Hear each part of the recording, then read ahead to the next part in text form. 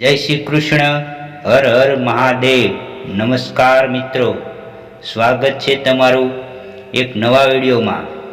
મિત્રો, આ વિડીયોમાં આપણે વાત કરવાની છે મકર સંક્રાંતિ ઉત્તરાયણના શુભ દિવસે આ 11 કામ ભૂલથી પણ ના કરવા, નહીં તો આવી શકે છે ભયંકર આફત.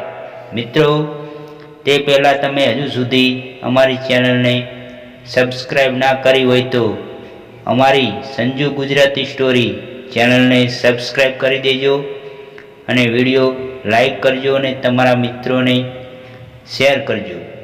ઘણા તહેવારોમાંથી સૌથી મહત્ત્વપૂર્ણ હોય છે મકર સંક્રાંતિ. મકર સંક્રાંતિને ઉત્તરાયણ તરીકે ઓળખવામાં આવે છે. આ દિવસને દેશભરમાં અલગ અલગ રીતે ઉજવવામાં આવે છે. આ દિવસે શુભ કાર્યોની શરૂઆત કરવા માટેનો દિવસ માનવામાં આવે છે. મકર સંક્રાંતિના દિવસે કરેલા જાપ અને દાનનું ફળ અનેક ગણું હોય છે. ઉત્તરાયણ પર કેટલાક કાર્યોને કરવા શુભ માનવામાં આવે છે, તો બીજી બાજુ કેટલાક કાર્યો વર્જિત માનવામાં આવે છે. પરંતુ શું તમે જાણો છો કે આ મકર સંક્રાંતિ ક્યારે થાય છે? સૂર્યનું કોઈ રાશિ વિશેષ પર ભ્રમણ કરવું સંક્રાંતિ કહેવાય છે. સૂર્ય જ્યારે મકર રાશિમાં જાય છે ત્યારે મકર સંક્રાંતિ થાય છે. આ સમય પર સૂર્ય ઉત્તરાયણ થાય છે. એટલા માટે આ દિવસે કરવામાં આવેલ જાપ અને દાનનું ફળ અનેક ગણું હોય છે. દર વખતે મકર સંક્રાંતિ 14 અને 15 તારીખના રોજ ઉજવવામાં આવે છે, પરંતુ આ વખતે 15 તારીખના રોજ સૂર્ય અને શનિનો સંબંધ આ પર્વ સાથે હોવાના કારણે આ ખૂબ જ મહત્વપૂર્ણ છે. ચાલો જાણીએ એવા કયા કામ છે જે આપણે મકર સંક્રાંતિના ઉત્તરાયણના દિવસે ન કરવા જોઈએ. પહેલું છે સ્નાન કર્યા વિના ભોજન ન કરવું. મકર સંક્રાંતિના દિવસે પવિત્ર નદીઓમાં સ્નાન કરવાની માન્યતા છે. એવું માનવામાં આવે છે કે આ દિવસે ગંગા કે કોઈ નદીમાં જઈને સ્નાન કરવું જોઈએ. આ દિવસે નદીમાં સ્નાન કરીને દાન કર્યા બાદ જ કંઈક ખાવું જોઈએ. સ્નાન કર્યા વગર ભોજનનું સેવન ન કરવું જોઈએ. સાંજે ખાવું નહીં. 2. સૂર્યદેવની કૃપા મેળવવા માટે સંધ્યાકાળમાં અન્નનું સેવન ન કરવું. 3. વૃક્ષો અને છોડ કાપશો નહીં. મકર સંક્રાંતિ એ ખેડૂતો માટે ખૂબ જ મહત્વપૂર્ણ તહેવાર છે. ખેડૂતો આ દિવસે ને ખૂબ જ ધામધૂમથી ઉજવે છે. આ તહેવાર પ્રકૃતિ સાથે ઉજવવાનો તહેવાર છે. મકર સંક્રાંતિના દિવસે ઘરની અંદર કે બહાર કોઈ પણ પ્રકારના વૃક્ષ કે છોડને કાપવા અથવા સફાઈ ના કરવી જોઈએ. 4. આજના દિવસે કોઈ પણ પ્રકારના માદક પદાર્થોનું સેવન ન કરવું જોઈએ. આજના દિવસે દારૂ, સિગરેટ, ગુટકા જેવા પદાર્થોનું સેવન ન કરો. તેના બદલે તલ અને તદ્દળની બનાવટોનું તથા દાન કરવું જોઈએ. 5. આ દિવસે તલ, મગ, દાળની ખીચડી વગેરેનું સેવન કરવું જોઈએ. પરંતુ આ દિવસે મસાલેદાર ભોજન પણ ન કરવું અને આ મગની દાળ વસ્તુઓનું યથાશક્તિ દાન કરવું જોઈએ. 6.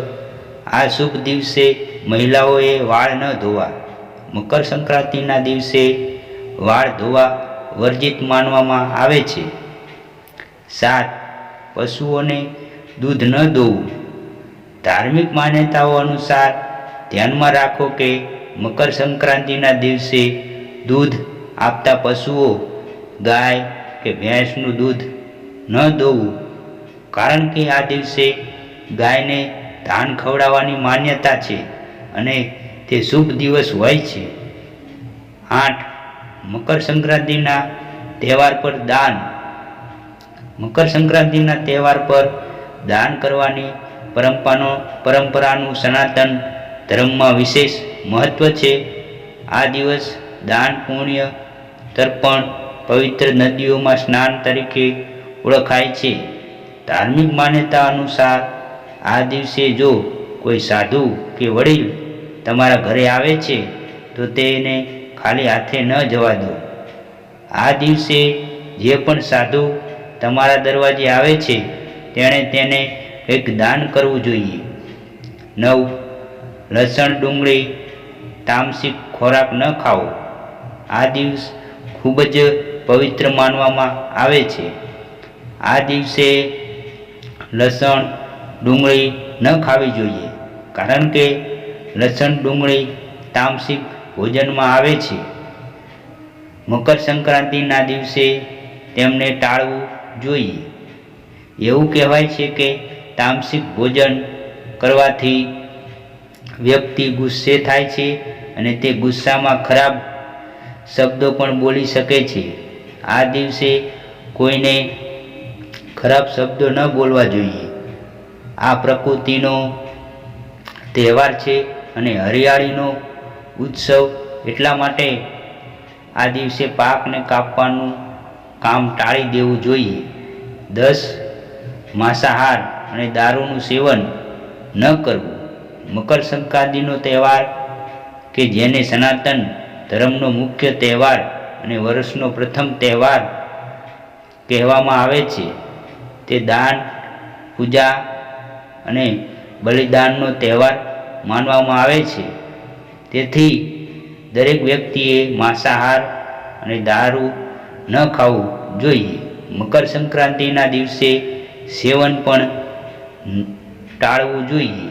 આ દિવસે સાત્વિક આહાર લેવાનું કહેવાય છે. 11. મકર સંક્રાંતિના દિવસે ભૂલથી પણ કોઈના પર ગુસ્સો ન કરવો.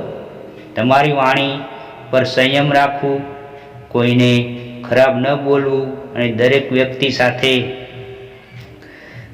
મધુરતાનો વ્યવહાર કરવો. મિત્રો, વિડીયોને લાઈક, શેર કરજો અને કોમેન્ટ બોક્સમાં સાચી શ્રદ્ધાથી જય શ્રી કૃષ્ણ, હર હર મહાદેવ લખવાનું ભૂલતા નહીં, જેથી ભગવાન શ્રી કૃષ્ણ અને મહાદેવની કૃપા આપણા સૌ પર નિરંતર બની રહે. અને મિત્રો, તમે હજી સુધી અમારી ચેનલને સબસ્ક્રાઈબ ના કરી હોય તો અમારી સંજુ ગુજરાતી સ્ટોરી ચેનલને સબસ્ક્રાઈબ કરજો. જય શ્રી કૃષ્ણ, હર હર મહાદેવ.